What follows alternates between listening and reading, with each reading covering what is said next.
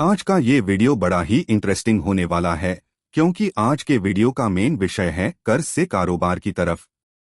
जी हाँ, ये वीडियो एक बिजनेसमैन को ध्यान में रखकर बनाया गया है और इस वीडियो में हम सूक्ष्म और छोटे व्यापारियों के बारे में ज्यादा बात करेंगे। अगर आप एक दुकानदार हैं या फिर कोई शोरूम चलाते हैं, कोई फैक्ट्री चलाते हैं या फिर सर्विस इंडस्ट्री में हैं, मतलब किसी भी तरह का कोई बिजनेस करते हैं और एक बिजनेसमैन हैं, ज्यादातर आपने देखा होगा कि इस तरह के वीडियो सैलरीड या नौकरी पेशा लोगों को ध्यान में रखकर बनाए जाते हैं। और अगर कुछ एक वीडियो बिजनेसमैन को ध्यान में रखकर बनाए भी गए हैं तो उनका स्टैंडर्ड इतना हाई होता है कि उनकी आधी से ज्यादा बातें समझने के लिए भी आपको एक अच्छे कंसल्टेंट की जरूरत पड़ सकती है। इसलिए हम आज आपके लिए आसान भाषा में आपके बिजनेस की फंडिंग से जुड़े सभी सवालों का सॉल्यूशन लेकर आए हैं। देखिए, बिजनेस फाइनेंस के हर एक पहलू को सिर्फ एक वीडियो में कवर कर पाना तो लगभग नामुमकिन है, लेकिन इस वीडियो में हम कोशिश करेंगे कि उन सभी पॉइंट्स को टच कर सकें जो सीधे तौर पर बिजनेस फाइनेंसिंग में रुकावट बनते हैं या फिर फाइनेंसिंग के लिए बहुत जरूरी होते हैं। दोस्तों, मैं मनोज बराड़, दिल्ली वेल्थ ग्रुप का फाउंडर हूं और मैं सीए नहीं हूं, लेकिन मैं एक एक्स बैंकर हूं और बैंकिंग में रहते हुए हमेशा लोन डिपार्टमेंट में ही काम किया। इसके बाद पिछले 12 साल से मैं डेब्ट फाइनेंस और लोन कंसल्टेंसी के बिजनेस में हूं। इस तरह आज मुझे लोन और फाइनेंस की प्रक्रियाओं, समस्याओं और उनके हल में उलझते हुए 23 साल से ज्यादा हो गए हैं। इतने साल की मेहनत के बाद अब मैं फाइनेंस को थोड़ा थोड़ा समझने लग गया हूं, लेकिन इसके बावजूद मैं हर रोज कुछ नया सीखने की कोशिश करता हूं और साथ ही ये भी कोशिश करता हूं कि जो कुछ भी सीखूं उसे आपके साथ बांट सकूं। तो चलिए शुरू करते हैं एक और लोन ज्ञान की क्लास। याद रखना, आप लोन चुकाओगे या डिफॉल्ट करोगे ये उसी दिन तय हो जाता है जिस दिन आप लोन लेते हो। आपने रिलायंस के अनिल अंबानी, नीरव मोदी और किंगफिशर एयरलाइंस का नाम तो सुना ही होगा। ऐसी बहुत सारी कंपनियां थीं जो लोन लेकर डिफॉल्ट कर गईं। अगर हम अफवाहों या कॉन्स्पिरेसी थ्योरीज को छोड़ भी दें तो क्या आपको सच में लगता है कि इन लोगों को बिजनेस करना नहीं आता था? देखिए, बिजनेस न चलने के कई कारण हो सकते हैं, जैसा कि हमने कोविड के दौरान देखा जब सब कुछ ठहर सा गया था। लेकिन अगर आपका बिजनेस फाइनेंस को लेकर स्ट्रगल कर रहा हो, मतलब या तो आपको फाइनेंस मिले ही नहीं, या फिर मिले तो पर्याप्त न मिले, या फिर उस कैटेगरी का न मिले जो आपके बिजनेस को चाहिए, या फिर गलत फाइनेंस की वजह से बिजनेस डूब जाए या डूबने की कगार पर पहुंच जाए, तो इससे बुरा कुछ नहीं हो सकता। इसलिए आपको कभी भी लोन अप्लाई करने से पहले अपने बिजनेस को ध्यान से समझना चाहिए, जैसे कि उसकी ऑपरेटिंग साइकिल, बिजनेस ट्रांजैक्शंस, लेनदारों और देनदारों का बिहेवियर और भी बहुत कुछ। इसके अलावा ये समझना भी बहुत जरूरी होता है कि आपका बिजनेस सरकार की नज़र में किस कैटेगरी में आता है। हमारे पास हर रोज 15 से 20 इंक्वायरी आती हैं जिनमें लोग कहते हैं कि उन्हें एमएसएमई के तहत लोन चाहिए, लेकिन एमएसएमई में वो किस कैटेगरी में आते हैं ये उन्हें खुद नहीं पता होता। उनके लिए एमएसएमई बस एक शब्द है, जबकि एमएसएमई कई शब्दों के शुरुआती अक्षरों से मिलकर बना होता है। एमएसएमई में पहले एम का मतलब होता है माइक्रो, उसके बाद आने वाले एस का मतलब होता है स्मॉल, फिर एम का मतलब होता है मीडियम और आखिर में ई का मतलब होता है एंटरप्राइजेज।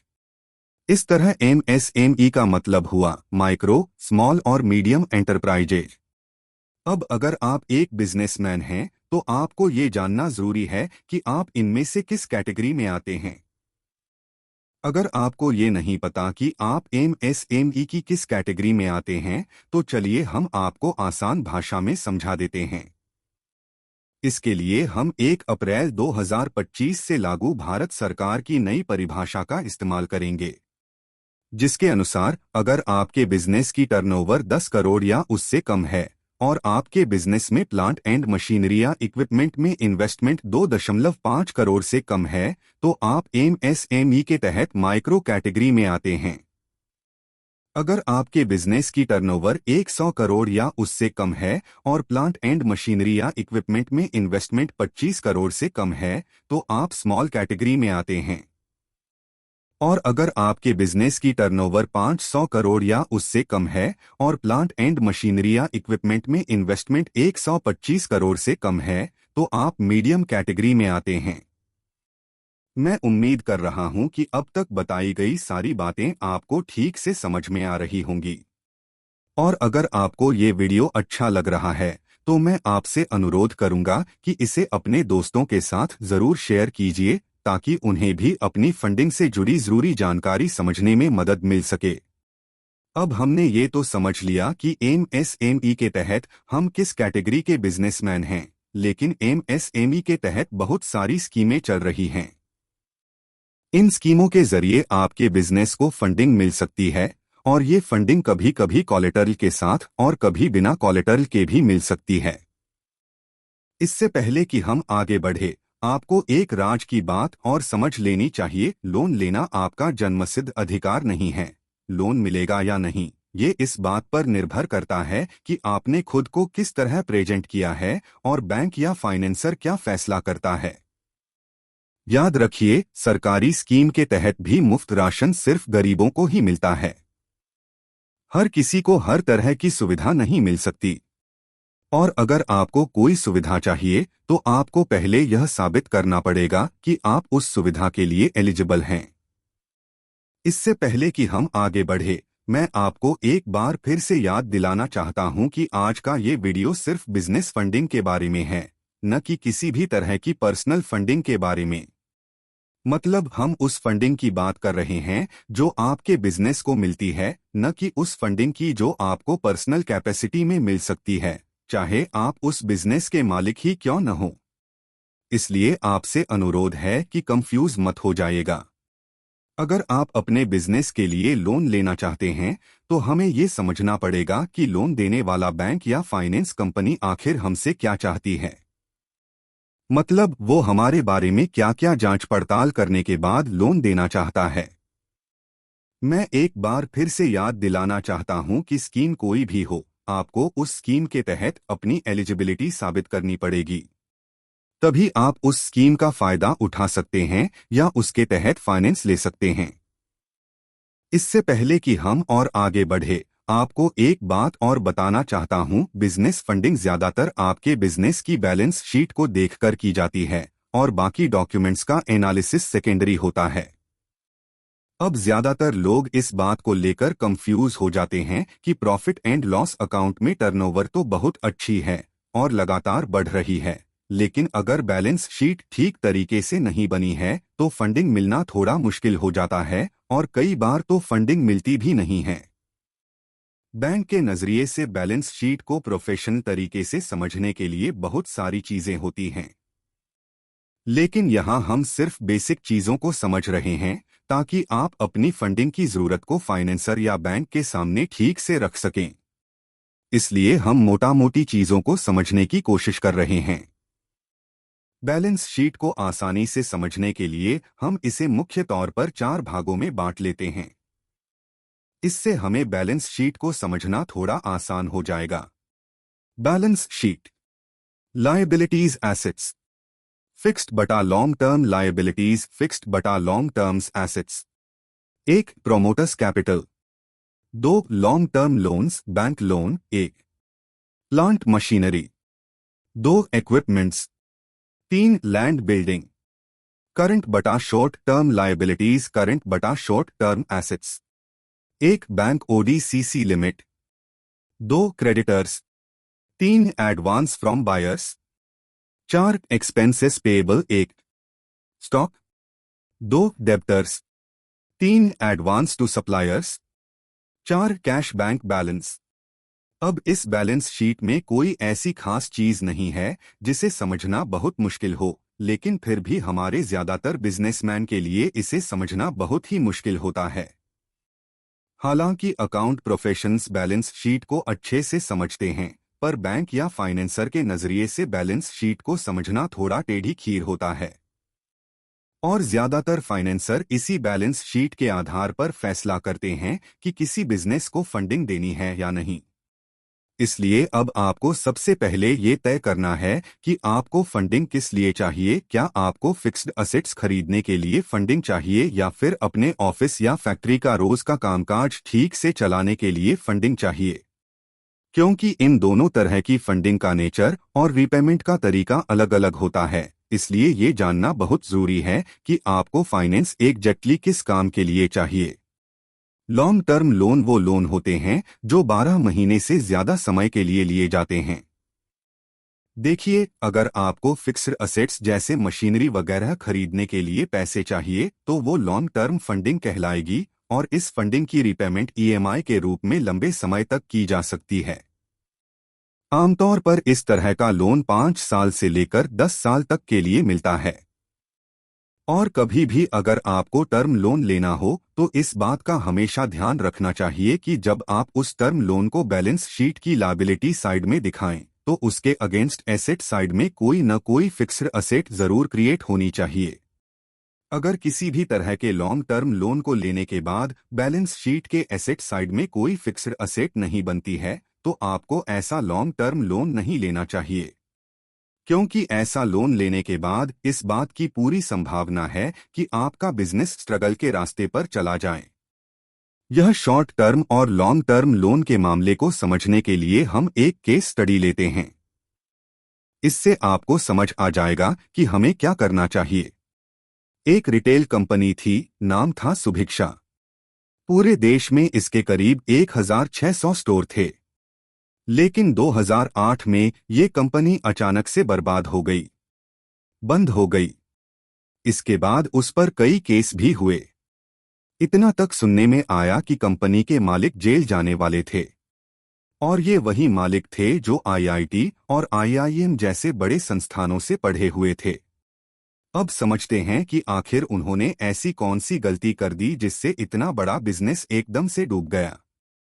सुभिक्षा ने जो सबसे बड़ी गलती की वो ये थी कि उन्होंने जो पैसा थोड़े समय में चुकाना था, जैसे सप्लायर्स का पेमेंट, एम्प्लॉई की सैलरी, बैंक की किस्तें और कस्टमर से लिया एडवांस, वो सब पैसा उन्होंने जमीन खरीदने में लगा दिया। यानी शॉर्ट टर्म उधारी से लॉन्ग टर्म इन्वेस्टमेंट कर डाली। 2007 का समय ऐसा था जब रियल एस्टेट की कीमतें बहुत तेजी से बढ़ रही थीं, तो उन्हें लगा जमीन खरीदना फायदेमंद रहेगा। लेकिन 2008 में जब जबरदस्त क्रैश आया तो सारी जमीनें फंस गईं। अब वो जमीन बेच नहीं पाए और दूसरी तरफ उधारी चुकाने का समय आ गया। नतीजा, कंपनी पूरी तरह से डूब गई। और ये कोई छोटी मोटी कंपनी नहीं थी। 1997 से चल रही थी और 1600 स्टोर्स थे। लेकिन एक ही झटके में सब बंद। सारे एम्प्लॉई बेरोजगार हो गए। Game over.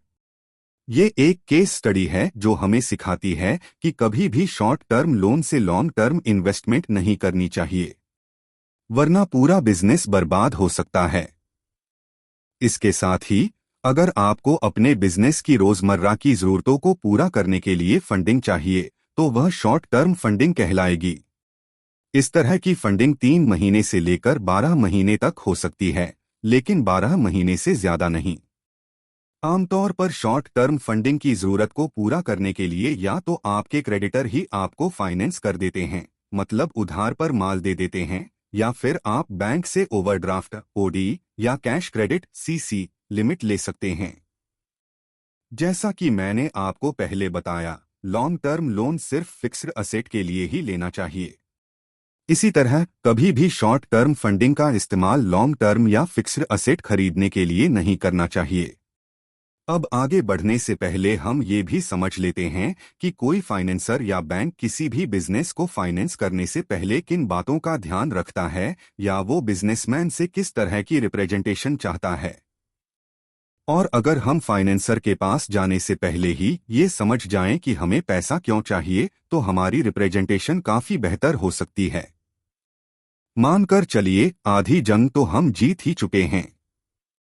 अगर आप इस वीडियो को यहां तक देख चुके हैं तो मानिए कि आप आधी जंग पहले ही जीत चुके हैं। अब चलिए पूरी जंग जीतने की तैयारी करते हैं। अगर हमें ये पता चल जाए कि बैंक या फाइनेंसर हमसे क्या चाहता है, तो हमें उस हिसाब से तैयारी करने में कोई दिक्कत नहीं आएगी। कोई भी फाइनेंसर या बैंक किसी बिजनेस को फाइनेंस देने से पहले मुख्य तौर पर उस बिजनेस की क्रेडिट हिस्ट्री और credit score, business conduct, business continuity और रीपेमेंट कैपेसिटी का अच्छे से अध्ययन करता है। उसी के बाद फाइनेंस देने का फैसला लेता है। बस इन चारों चीजों को भी थोड़ा थोड़ा समझ लेते हैं, ताकि हमें अपनी लोन एप्लीकेशन की रिप्रेजेंटेशन करने में थोड़ी और आसानी हो जाए। सबसे पहले बात करते हैं क्रेडिट स्कोर या क्रेडिट हिस्ट्री की। क्रेडिट स्कोर या क्रेडिट हिस्ट्री को आम भाषा में सिबिल कहा जाता है, लेकिन बहुत कम लोगों को पता होता है कि जैसे हर व्यक्ति का एक सिबिल स्कोर होता है, वैसे ही हर बिजनेस या कंपनी का भी एक अपना सिबिल स्कोर होता है, जिसे हम कमर्शियल सिबिल कहते हैं। आपने कुछ मार्केटिंग एडवर्टाइजमेंट में देखा होगा, जहां यह कहा जाता है कि एक अच्छा क्रेडिट स्कोर आपको लोन दिलाने में मदद करता है। जी हाँ, बिल्कुल करता है, लेकिन उसके साथ साथ क्रेडिट हिस्ट्री भी ठीक होना बहुत जरूरी है, क्योंकि कई मामलों में स्कोर अच्छा होने के बावजूद भी फंडिंग नहीं मिलती है, सिर्फ इसलिए क्योंकि पुरानी रीपेमेंट हिस्ट्री बहुत खराब रही होती है। किसी भी बिजनेस को फंडिंग करने से पहले बैंक या फाइनेंसर दूसरे एनालिसिस के तौर पर यह समझता है कि उस बिजनेस का ओवरऑल कंडक्ट कैसा है। मतलब वो अपने लेनदारों और देनदारों के साथ किस तरह का व्यवहार करता है और उसकी मार्केट में साख कैसी है। अगर किसी बिजनेस का अपने लेनदारों और देनदारों के साथ व्यवहार अच्छा नहीं है, तो उस बिजनेस की मार्केट में गुडविल खराब हो जाती है और ऐसा बिजनेस ज्यादा दिन तक नहीं चल पाता। बैंक या फाइनेंसर इस बात को बहुत अहमियत देते हैं कि जिस बिजनेस को फाइनेंस किया जा रहा है, उसकी मार्केट में गुडविल अच्छी हो और उसका कंडक्ट भी बढ़िया हो, ताकि बिजनेस लंबे समय तक टिक सके और लोन की रिपेमेंट में कोई दिक्कत ना आए। किसी भी बिजनेस की गुडविल अच्छी होने का मतलब ये होता है कि उसका मालिक अपने काम को लेकर काफी सीरियस है। वो किसी छोटी मोटी परेशानी की वजह से अपना बिजनेस बंद नहीं करेगा। अच्छी गुडविल वाले बिजनेस लंबे समय तक चलते हैं, इसलिए बैंक या फाइनेंसर ऐसे बिजनेस को फंड देने में ज्यादा भरोसा दिखाते हैं। किसी भी बिजनेस में काम का लगातार चलते रहना या बार बार ट्रांजैक्शन होना इस बात का संकेत होता है कि बिजनेस ठीक से चल रहा है और आगे बढ़ रहा है। बैंक या फाइनेंसर ये देखने की कोशिश करते हैं कि उस बिजनेस को लगातार नए वर्क ऑर्डर मिल रहे हैं या नहीं, और क्या उस बिजनेस में पैसों का लेन देन बार बार हो रहा है या नहीं। यही चीजें तय करती हैं कि बिजनेस को फंडिंग मिलेगी या नहीं। अगर किसी बिजनेस में एक महीना अच्छा काम होता है, फिर अगले 2 महीने काम बिल्कुल नहीं होता, और फिर तीसरे महीने थोड़ा बहुत काम चलता है, यानी बिजनेस कभी चलता है कभी रुक जाता है, तो ऐसे हालात में कोई भी बैंक या फाइनेंसर फंड देने से पहले 10 बार सोचेगा। हो सकता है कि वो फंडिंग करने से मना ही कर दे। भाई, सीधी सी बात यह है कि अगर बिजनेस में लगातार काम नहीं होगा, तो लोन की किस्तें भी टाइम पर नहीं भर पाओगे। और ये बात हर बैंक और फाइनेंसर अच्छी तरह से जानता है। सबसे जरूरी बात, जहां ज्यादातर लोग इसे सबसे पहला काम समझते हैं। जी हाँ, ध्यान दीजिए, लोन चुकाने की क्षमता यानी फाइनेंशियल एलिजिबिलिटी असल में बैंक या फाइनेंसर के लिए आखिरी स्टेप होता है, जब वो किसी बिजनेस को लोन देने का फैसला करते हैं। लोन चुकाने की कैपेसिटी को समझने के लिए फाइनेंसर के पास कई तरह की कैलकुलेशन स्कीम होती हैं, और उन्हीं कैलकुलेशंस के आधार पर तय होता है कि बिजनेस को कितना लोन दिया जा सकता है। लोन की रकम तय करने से पहले बैंक या फाइनेंसर ये जरूर देखता है कि बिजनेस मुनाफा कमा रहा है या नहीं, यानी वो प्रॉफिट में है या घाटे में। लेकिन सिर्फ मुनाफा होना ही काफी नहीं है, साथ ही उसकी बैलेंस शीट भी मजबूत होनी चाहिए। आसान भाषा में समझें तो प्रॉफिटेबिलिटी का मतलब है कि बिजनेस हर महीने या हर साल कितना कमाई कर रहा है।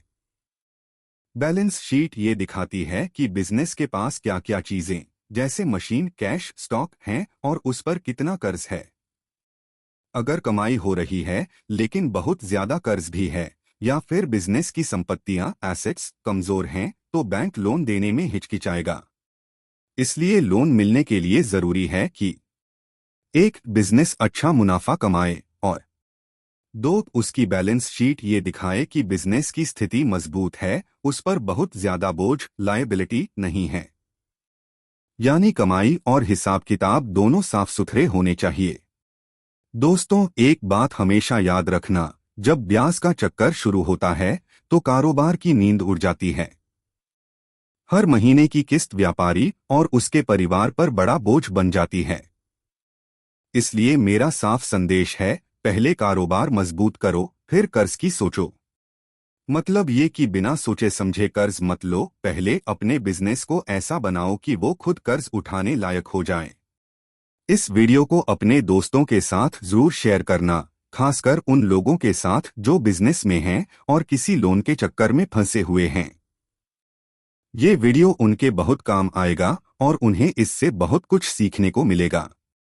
तो इसी के साथ मैं इस वीडियो को यहीं खत्म करता हूँ। बहुत बहुत धन्यवाद। जय हिंद, जय भारत।